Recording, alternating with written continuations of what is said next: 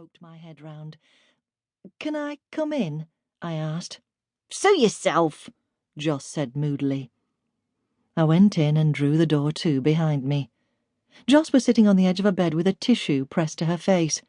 She was a slight, petite child who looked younger than her 13 years, and her usually sallow complexion was now red from anger and tears. "Can I come and sit next to you?" I asked, approaching the bed. "Not bothered," she said. I sat beside her, close, but not quite touching. I didn't take her hand in mine or put my arm around her to comfort her. She shied away from physical contact. "Why do you always stop me from having fun?" she grumbled. "It's not fair."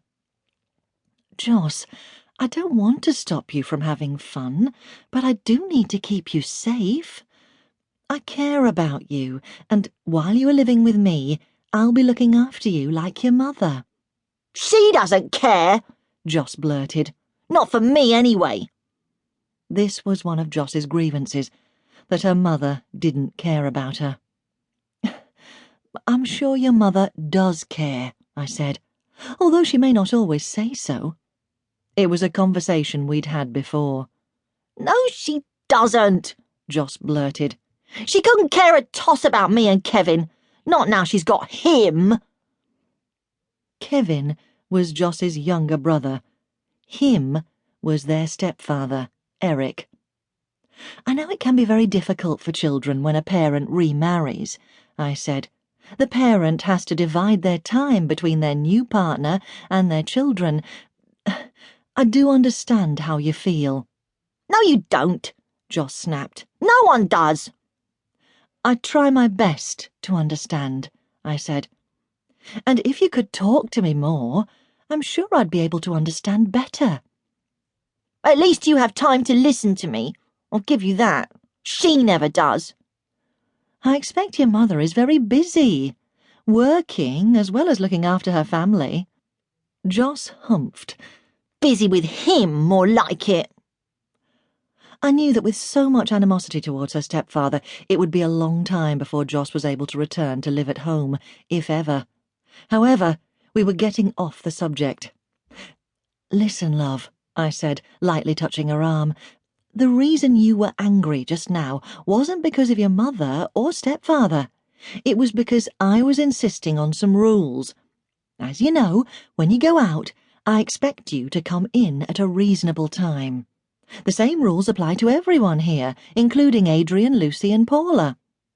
"Adrian stayed out later than 9 last Saturday," she snapped. "It was nearly 11 when he got back. I heard him come in."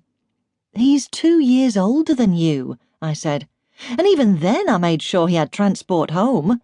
Lucy and Paula have to be in by 9 unless it's a special occasion, and they only go out at weekends sometimes." "But they don't want to go out as much as I do," Joss said, always ready with an answer. It was true. Joss would be out every night until after midnight if I let her, as she had been doing with her aunt and previous foster carers. "I don't want you going out every night, either," I said. "You have schoolwork to do and you need your sleep. It's not a good idea for a young girl to be hanging around on the streets."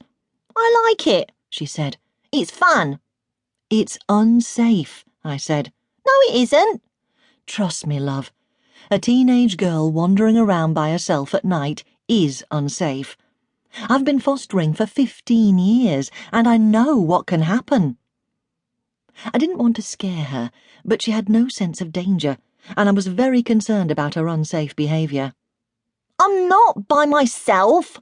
I'm with my mates," Joss said. "You're paranoid, just like my aunt and those other carers."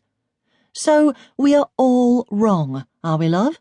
Or could it be that, being a bit older and having more experience, we have some knowledge of what is safe and unsafe?" Joss shrugged moodily and stared at her hands clenched in her lap. "I'm still going out tonight," she said defiantly. "I've said you can. It's Friday, but you will be in by 9 o'clock if you are using the bus." "What if I get a lift home?" she asked. "I offered that before and you refused." "Not from you. One of my mates' parents could bring me back."